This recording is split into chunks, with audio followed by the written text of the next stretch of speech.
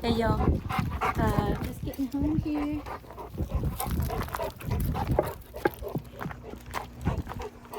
If you're new to the channel, a quick introduction of my pack.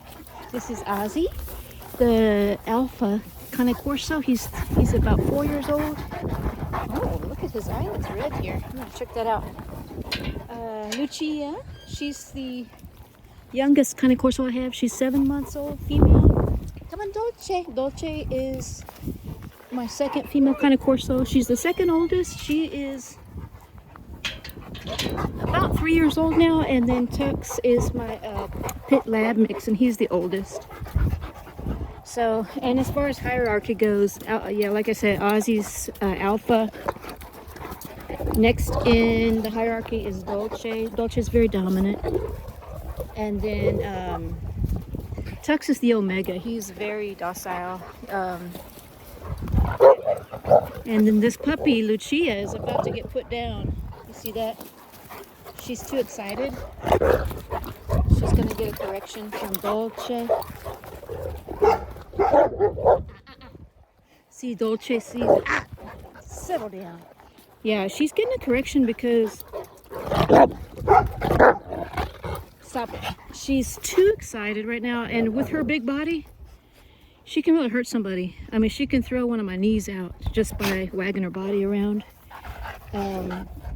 So it's a very good thing that the pack members are putting her down like that. See that? It's unacceptable that she keeps going up into his face. Oh, I think we're getting a delivery here. Let's see. Yeah. We'll see, guys. We'll see.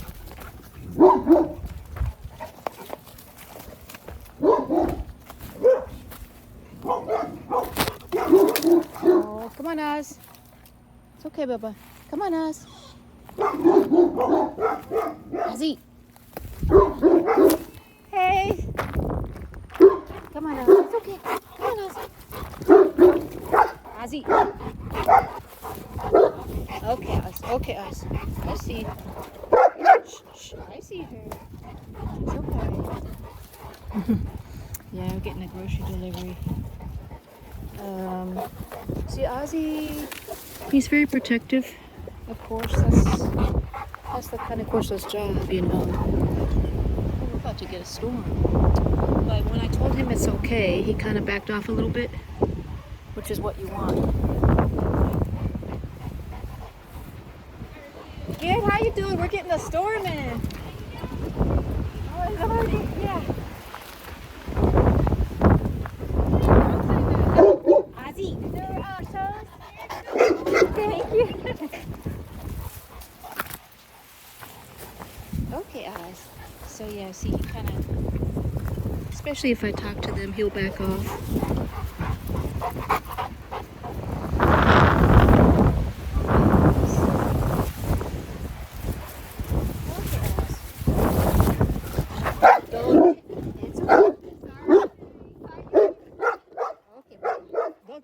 Dolce.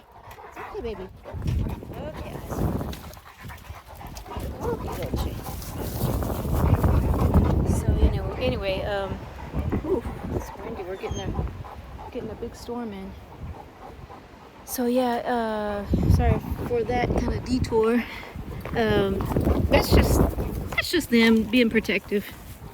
And even though I tell them the person's okay, you know, to kind of back down, they will never completely let their guard down. That's just a Cane Corso for you. Look at her structure, y'all.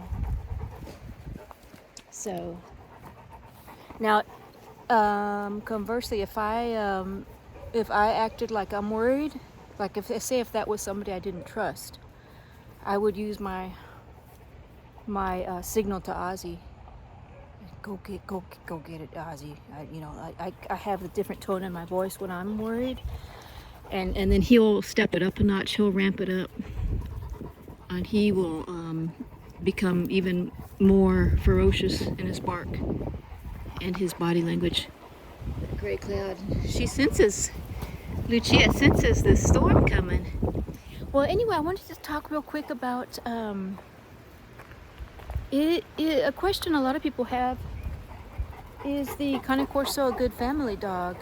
I get this question sometimes from people that just see them when I'm out in the public, like at Home Depot. And it's a really good question.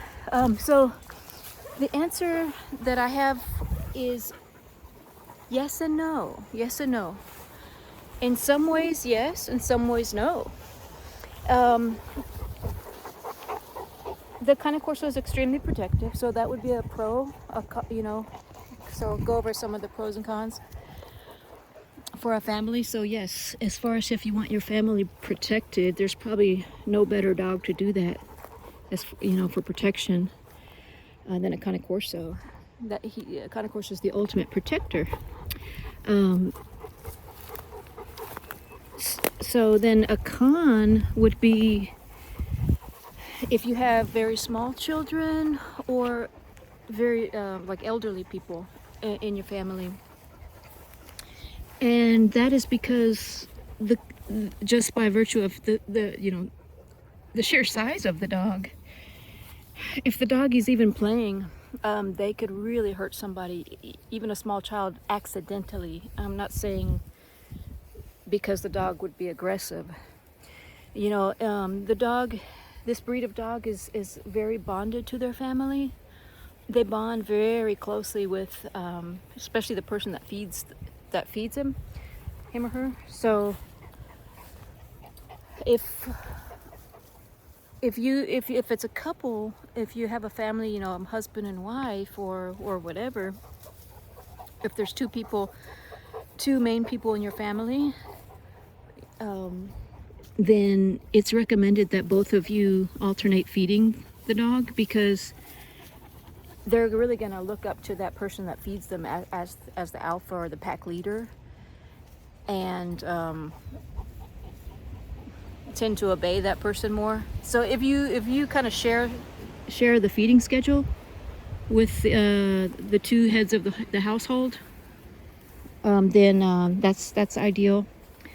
But going back to the small children, very small children, you really got to watch them closely just so they don't accidentally hurt. They're not really known to be aggressive towards humans, especially their family, because they're very protective of their family. Similar to pit bulls. Pit bulls are called the nanny dog because they're so good with kids. And I would say Cane Corso are very similar to that, with a couple caveats. They don't really. I mean, if you have a small child and you're supervising them with your child, that's better than if you left them alone. But if you have a small child that hasn't been taught how to act toward the dog, say for example, if the child rides on the back of the Cane Corso like a horse, or pulls continually pulls at the muzzle, something like this. See how Lucia's doing this to Ozzy? Ozzy's gonna snap in a minute here. He's actually being very tolerant, but right now, but yeah, sometimes he'll just make a statement like, hey, see, like that, like you're disrespecting my personal space. See that? So if that were a kid, the dog could potentially do that to your small child. Dolce, sit. Sit. Good girl. Ready? So, go get it. So there's danger in small children, and even, I guess, even bigger children who do that. If you're going to have this dog in a family with kids, it's important that you, if the kid is old enough, that you teach them how to act around the dog, how to respect the dog, like never put their face in the dog's face. Don't do certain things that are going to trigger like that, like get up in its muzzle. Don't pull on it. Don't ride it like a horse, even though it's big, like a horse to the kid, So things like that. If they can be told and abide by those rules, then it's relatively safe. The dog is not usually, this breed is not known to really act out aggressively towards children. Like I said, unless they're triggered, and in which case most any dog would act similarly.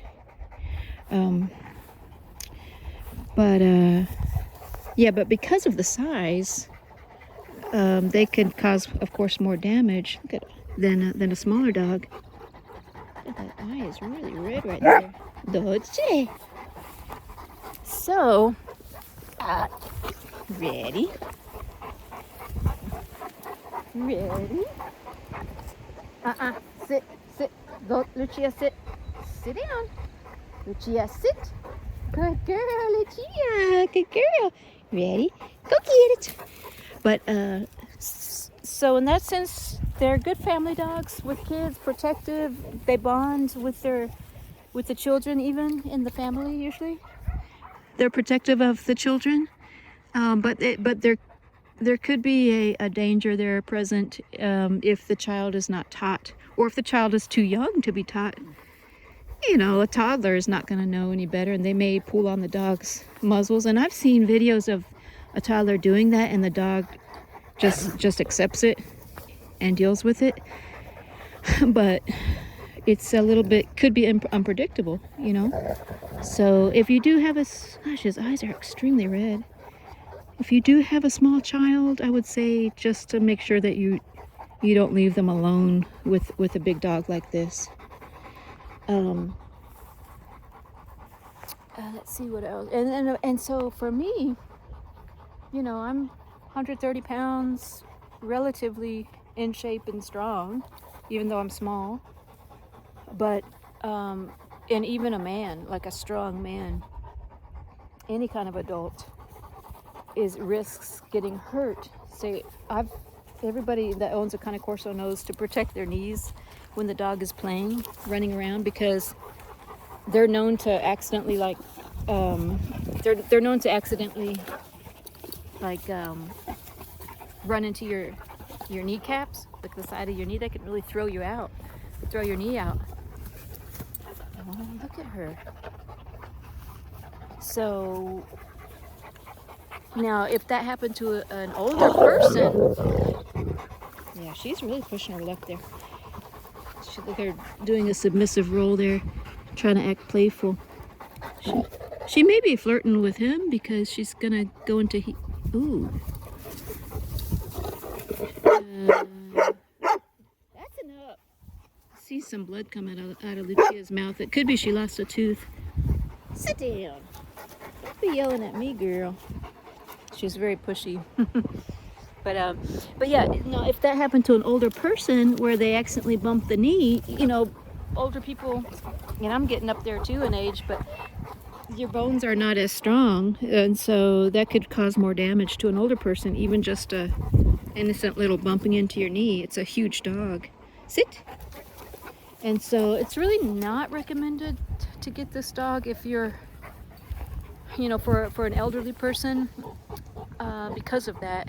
Now, there's always exceptions to that. You may have an expert trainer, you know, dog trainer that knows to stay out of, you know, they just know how to read the language of the dog. They know how to stay out of its way when it's running and all.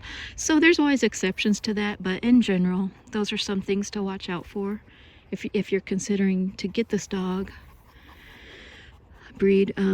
But overall, I would say it is a good family dog. Overall, in general, with those caveats, very important caveats, because it can be very dangerous.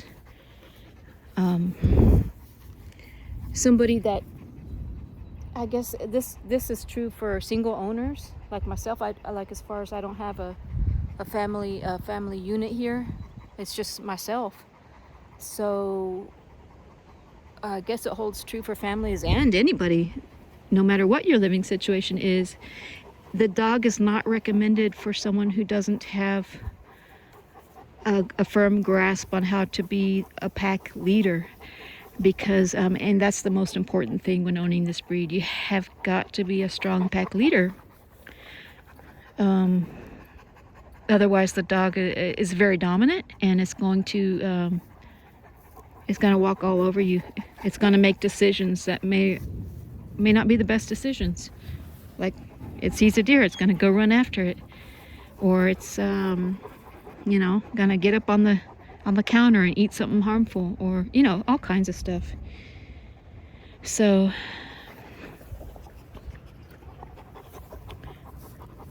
or, you know, you can't walk it on a leash, or, you know, it'll pull you around. So things like that, you know. So that's why it's usually not recommended to get this breed of dog, unless you've had experience and with a big dominant dog, like a Rottweiler, for example. If you have not had experience with a big, powerful dog, dominant dog, then it's usually not recommended. But, you know, there's always exceptions to that. People that can adapt quickly and learn how to be a good pack leader, they do well with this breed. It's good to do your research first. If you're watching this video, you probably are, and considering the breed, it's probably part of your research, you know, like it was for me. I watched a ton of training videos for the breed and everything before I got one. But I'm like, I'll never have, I shouldn't say never, but I guess I should phrase it this way. For as long as I can, I will always have this breed of dog, because, like I said, there's no better protector for me, and the dog is not very high energy like a German Shepherd. The energy level suits my lifestyle. They're moderate energy level in a spectrum. You have kind of a lower energy to a higher energy, like in Dolce you see here. She's constantly wanting to play, but she has less energy than like a German Shepherd. So let me see your eye, baby. So good girl. So yeah, a little bit about that. So yes, overall, good family dog if you do your research and know what to look out for. If you don't have small children that are going to be at risk for interacting in the wrong way with the dog, and if you don't have like elderly people that may be at risk for accidentally getting hurt, then yeah.